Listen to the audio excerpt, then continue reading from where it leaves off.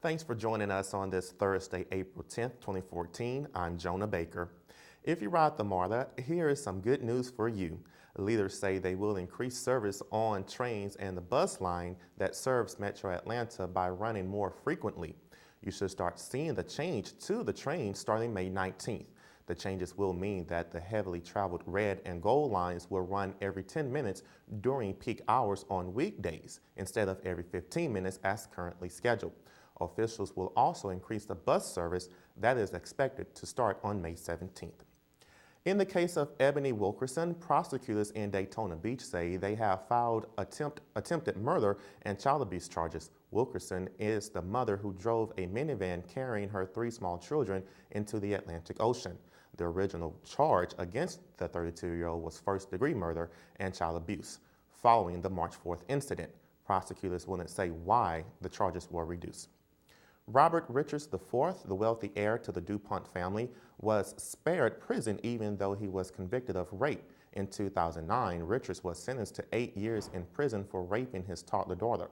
According to sources close to the case, the heir said he would not fare well in prison, and a judge reduced the sentence to 8 years of probation and was ordered to get treatment. He was also prohibited from having contact with children under the age of 16, including his own. Up next is your daily weather report. Stay tuned. Newsbreak will return right after this. Today's high is 72 with a low of 50 and a 0% chance of rain. And now for your 5-day forecast. Newsbreak will return after this.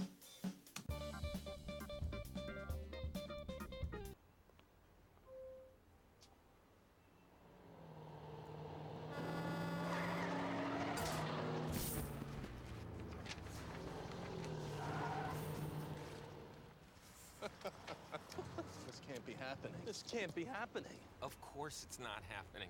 Armored car. Listen, having money isn't about luck. Make your own coffee, save $1,000 a year. Feed me. Feed the pig. Election week is in full effect at Clark Atlanta University. Newsbreak's Rihanna Segay has more. This week is election week here at Clark Atlanta University, where students are campaigning to win student leadership positions. Students at Clark Atlanta University are setting up for one of the most vital weeks on campus. It's campaign week! What we all been waiting for, spring campaign elections. Campaign week is based on who the leaders of our SGA will be.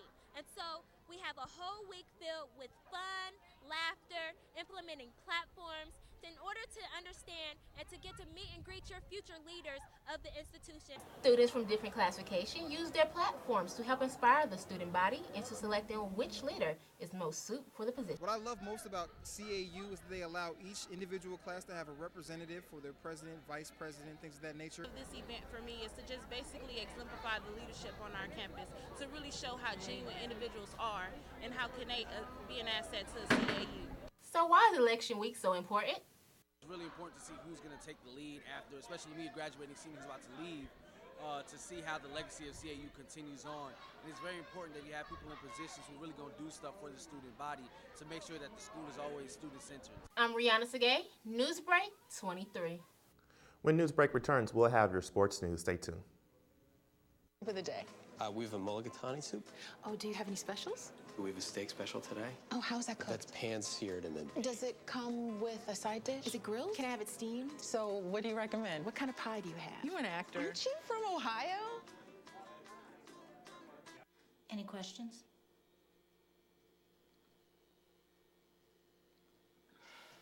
Ask questions.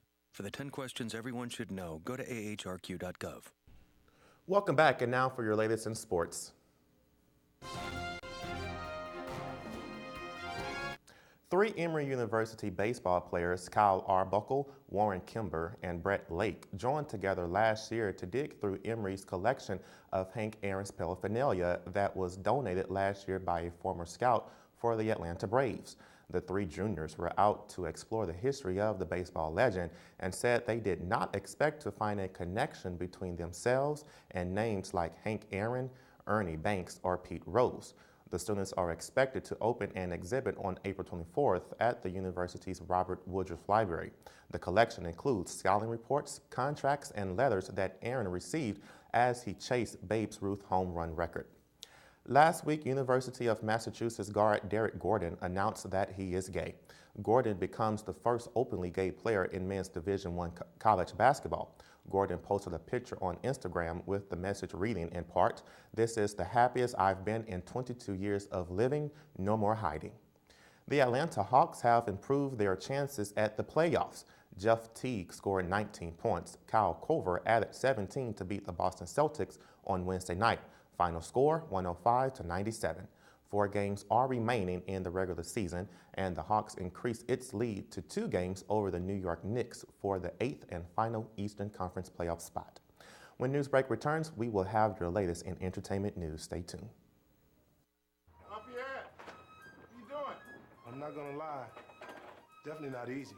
Hey, whoa. Just gotta get through the day. How do you stop it? Being used to doing something with a cigarette makes it hard doing it without one. If I can relearn to get through my workday without cigarettes, I can relearn anything without cigarettes. Relearn life without cigarettes. Free at becomeanx.org. A new way to think about quitting. Welcome back, and now for your latest in pop culture, here's your entertainment news.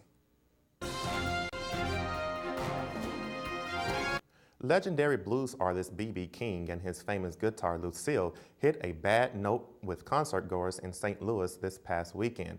According to reports, the singer performed at the Peabody Opera House, where concertgoers greeted King with boisterous applause. Concertgoers say as the show went on, people started to leave in disappointment, and some even booed.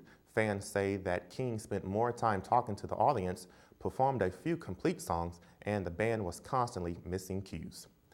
A sequel to the all-famous Ghostbusters is a step closer to becoming a reality. Ivan Reitman says they are just about ready to start interviewing directors to make a determination on who would be the best to make the movie. Reitman says they have a very good script and also hinted that the cast is going to be awesome as well. If you are a fan of Bill Murray, it has not been determined if he would star in it. Summer is just right around the corner, and if swimming or just lounging around the pool is in your plans, Six Flags Over Georgia is set to open an 800,000-gallon wave pool, making its debut Memorial Day. Construction crews started building Hurricane Harbor last year, right before the park closed for the season. The additional attraction is expected to bring guests in from all around, as it is the largest investment at any Six Flags. Dale Kiesel with Six Flags says the compound will produce 4-foot waves and is designed for all members of the family in mind. Thank you for tuning in to CAU's TV Newsbreak 23. Remember to join us weekdays at 10 a.m. and 4 p.m. on Comcast Channel 23. I'm Jonah Baker. Have a wonderful day. Newsbreak was produced by students of the Atlantic University Center in conjunction with CAU TV.